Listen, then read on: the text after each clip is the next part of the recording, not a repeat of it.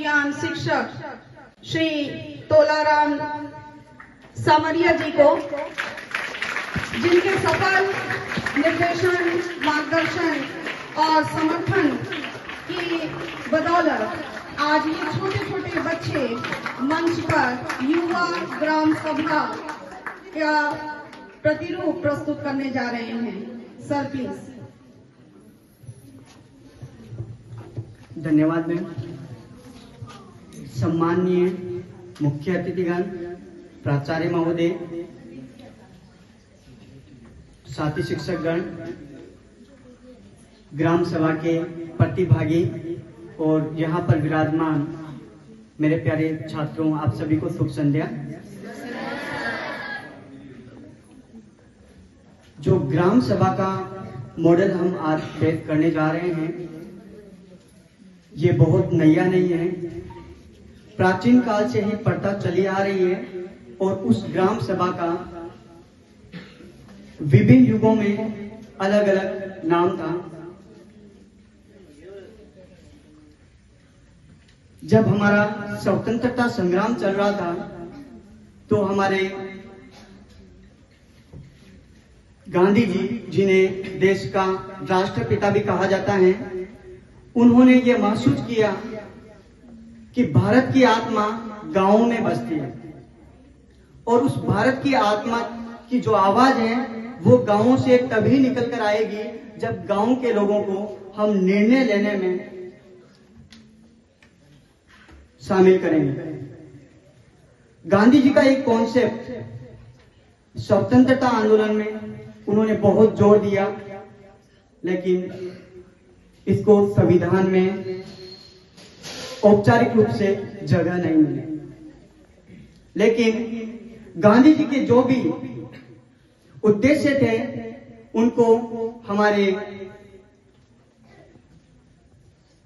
देश के पहले प्रधानमंत्री माननीय जवाहरलाल नेहरू जानते थे कि गांधी जी के जो सपने अधूरे रह गए थे उन्हें पूरा करना हमारी जिम्मेदारी थी।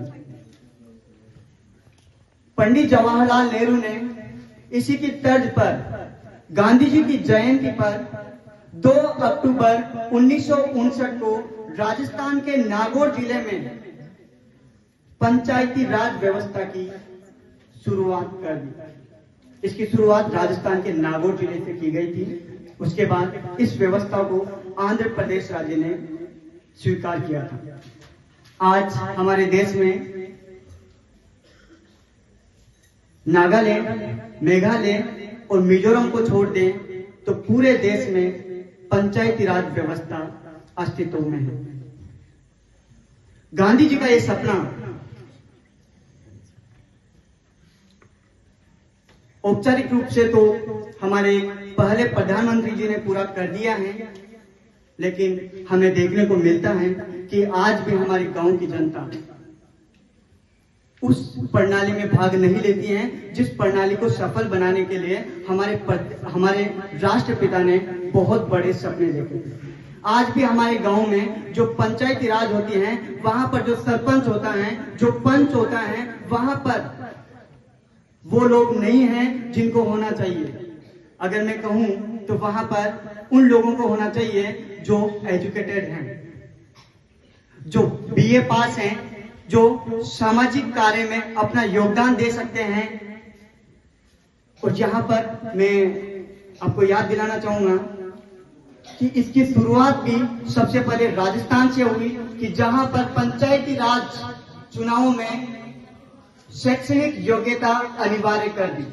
इसकी शुरुआत वहां से हुई और अभी जो आगे होने वाले जो चुनाव हैं उनमें यह बता दिया गया है कि जो भी बैचलर होगा, जो ग्रेजुएशन जिसकी कंप्लीट होगी, वही पंचायती राज चुनावों में भाग लेगा। इसी की कड़ी में हमारी पंचायती राज मिनिस्ट्री ने मिनिस्ट्री ऑफ एजुकेशन और मिनिस्ट्री ऑफ ट्राइबल अफेयर्स के साथ मिलकर ग्राम सभा का ये मॉडल पेश किया है। उन्होंने ये महसूस किया कि जब तक हम हमारे छात्रों को अवेयर नहीं करेंगे, उनको अपनी जिम्मेदारियों से अवगत नहीं करवाएंगे, तब तक पंचायती राज में शिक्षित नागरिक अपना योगदान नहीं देंगे। मैं सच कहूं तो जब कॉलेज में पढ़ने के लिए आ गया तब भी मेरे को नहीं पता था कि ग्राम पंचायत में ग्राम सभा होती है और जहां पर लोगों की सारी समस्याएं सुनी जाती हैं, वहां पर ग्राम सचिव होता है, ग्राम विकास अधिकारी होता है, नहीं पता था। और आपको बता दूं कि जो नेशनल एजुकेशन पॉलिसी 2020 है, उसका जो उद्देश्य है उसको फुलफिल करने के लिए भी पंचायती राज मिनिस्ट्री ने ये मॉडल यूथ ग्राम सभा का जो प्रोग्राम है वो देश के सभी स्कूलों में करवाने की योजना रखी है, ताकि जो स्टूडेंट्स हैं वो किताबी ज्ञान से परे होकर व्यावहारिक ज्ञान तक अपनी पहुंच बनाएं। मुझे उम्मीद है कि जो मॉडल यूथ ग्राम सभा आज पीएम श्री स्कूल जवाहर नवोदय विद्यालय श्री भूमि के छात्राओं द्वारा पेश किया जा रहा है, इससे हमारे विद्यालय के छात्र छात्राओं सहित श्री भूमि के जितने भी नागरिक हैं उनको ये सीखने को मिलेगा कि एक ग्राम सभा में हम किस तरीके से अपने गांव की समस्याओं को रख सकते हैं और किस तरीके से उन समस्याओं का समाधान करने के लिए हम अपना व्यक्तिगत योगदान भी दे सकते हैं।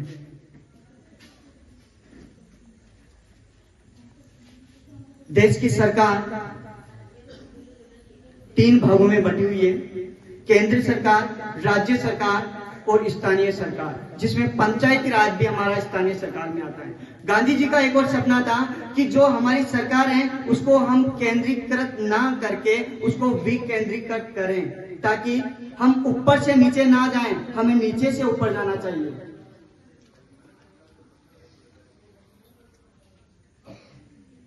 ये कार्यक्रम मिनिस्ट्री ऑफ पंचायती राज के द्वारा इसलिए भी करवाया जा रहा है कि जो गांव में चुनाव होते हैं उन चुनावों में हमारे शिक्षित युवा अपनी दिलचस्पी नहीं दिखाते हैं। उनको पता है कि अगर शिक्षित लोग हमारे स्थानीय शासन में आ जाएं तो हमारा स्थानीय शासन बहुत विकसित हो जाएगा, लेकिन फिर भी उनको जागरूकता के अभाव में कुछ चीजें पंचायती राज से दूर खींच लेती हैं। आज इस कार्यक्रम के जितने भी प्रतिभागी हैं उन प्रतिभाओं को मेरी बहुत बहुत शुभकामनाएं। मैं उम्मीद करता हूं कि वो अपना 100% योगदान देंगे और इस कार्यक्रम को सफल बनाएंगे। इसी के साथ धन्यवाद।